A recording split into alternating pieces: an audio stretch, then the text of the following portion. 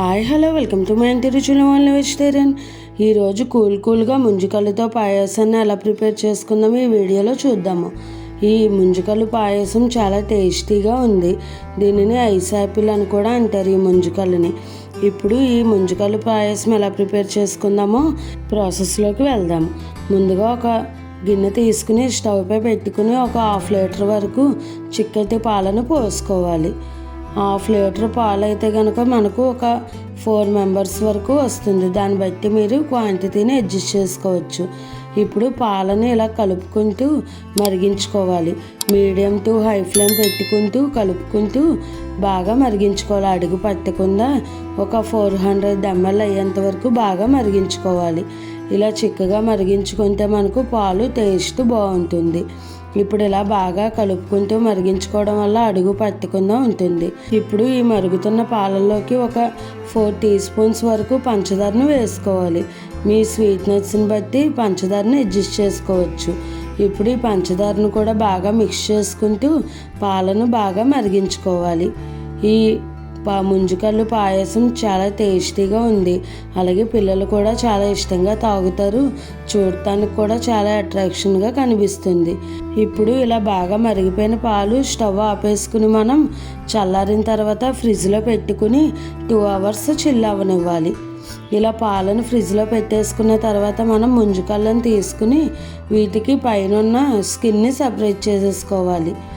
లేతగా ఉన్న ముంజికల్లునే తీసుకోవాలి. ముదిరిపోయినవి అయితే కనుక మనకు టేస్ట్ అంత బాగుండదు. లేత ముంజికల్లు అయితేనే తినేటప్పుడు టేస్ట్ చాలా బాగుంటుంది. ఇప్పుడు ఇలా పైన ఉన్న స్కిన్ అంతా కూడా ఇలా సెపరేట్ చేసేసుకున్న తర్వాత మనం వీటిని చిన్న ముక్కలుగా కట్ చేసుకోవాలి. ఒక 1/2 లీటర్ పాలకు మనకు 5 ముంజికల్లు అయితే సరిపోతాయి. అదే ఎక్కువ పాలు తీసుకుంటే కనుక ఎక్కువ ముంజికల్లును వేసుకోవచ్చు. ఇలా అన్నీ కూడా ఇలా ముంజికల్లను స్కిన్ సెపరేట్ చేసేసుకున్న తర్వాత వీటిని చిన్న చిన్న ముక్కలుగా కట్ చేసుకోవాలి. మరీ పెద్దవి కాదు, అలానే మరీ చిన్నవి కాకుండా మనం ఈ పాయసం తాగేటప్పుడు నోటికి ఈ ముక్కలు తగిలేటట్టుగా చూసుకుంటే సరిపోతుంది. మరీ పెద్దవైనా కూడా తినడానికి అంత బాగుండదు. ఇవి ఇలా అన్నీ కూడా చిన్న చిన్న ముక్కలుగా కట్ చేసేసుకోవాలి. చూసారు కదా ఎంత సాఫ్ట్గా ఉన్నాయి ముంజికల్లు.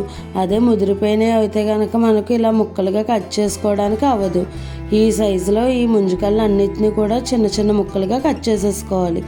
ఇదే ప్రాసెస్లో అన్నీ కూడా ఇలా ముక్కలుగా కట్ చేసేసుకుని ఒక ప్లేట్లోకి తీసేసుకోవాలి. చూసారు కదా ఇలా కట్ చేసుకోవాలి. ఇప్పుడు ఫ్రిడ్జ్లో పెట్టుకున్న పాలను బయటికి తీసుకుని మనం ముందుగా కట్ చేసి పెట్టుకున్న ఈ ముంజికల్లను వేసేసుకోవాలి. పాలు మాత్రం చాలా చల్లగా ఉంటేనే దీని టేస్ట్ బాగుంటుంది. తర్వాత సన్నగా చాప్ చేసుకున్న డ్రై ఫ్రూట్స్ని వేసుకోవాలి. నేను బాదం జీడిపప్పుని వేసుకున్నాను. ఈ డ్రై ఫ్రూట్స్ వేసుకోవడం వల్ల ఫ్లేవర్ మరింత పెరుగుతుంది. ఇవి కంపల్సరీగా వేసుకుంటేనే బాగుంటుంది. తర్వాత ఒక 1/4 టీ స్పూన్ ఇలైచీ పౌడర్ కూడా వేసుకోవాలి. ఇది ఆప్షనల్, మీకు నచ్చితే వేసుకోవచ్చు, లేదంటే లేదు. ఇప్పుడు వీటిని అన్నిటినీ కూడా ఇలా బాగా మిక్స్ చేసేసుకున్న తర్వాత మనం సర్వింగ్ గ్లాసెస్లోకి పోసేసుకోవాలి. చూసారా ఎంత సింపుల్గా ప్రిపేర్ చేసేసుకోవచ్చో. పిల్లలు అయితే కనుక చాలా ఇష్టంగా తాగుతారు. మీరు కూడా ఈ రెసిపీని ట్రై చేసి ఎలా వచ్చిందో నాకు కామెంట్ చేయండి. అంతేనండి, ముంజికల్లు పాయసం రెడీ అయిపోయింది. చాలా సింపుల్గా ప్రిపేర్ చేసేసుకోవచ్చు. ఈ వేసవిలో ఇలా కూల్గా ముంజికల్లు పాయసాన్ని ప్రిపేర్ చేసుకుని మీ ఇంట్లో కూడా ఎంజాయ్ చేయండి. అలాగే మరిన్ని మంచి రెసిపీస్ కోసం నా ఛానల్ని ఫాలో అవ్వండి. మీకు ఏమైనా వెజిటేరియన్ రెసిపీస్లో వెరైటీగా, హెల్తీగా, సింపుల్గా, టేస్టీగా కావాలి అనుకుంటే నాకు కామెంట్ చేయండి. ఈ రెసిపీ కనుక మీకు నచ్చినట్టయితే లైక్ చేసి, షేర్ చేసి, కామెంట్ చేసి నా ఛానల్ సబ్స్క్రైబ్ చేసుకుని పక్కనే ఉన్న బెల్ ఐకాన్ క్లిక్ చేయడం మర్చిపోకండి. ఈ ముంజికల్లు పాయసం అయితే చాలా టేస్టీగా, యమ్మీగా ఉంది. మా పిల్లలు అయితే చాలా ఇష్టంగా తాగారు. మీరు కూడా తప్పకుండా ట్రై చేసి మీ పిల్లలకు టేస్ట్ చూపించండి. Thanks for watching.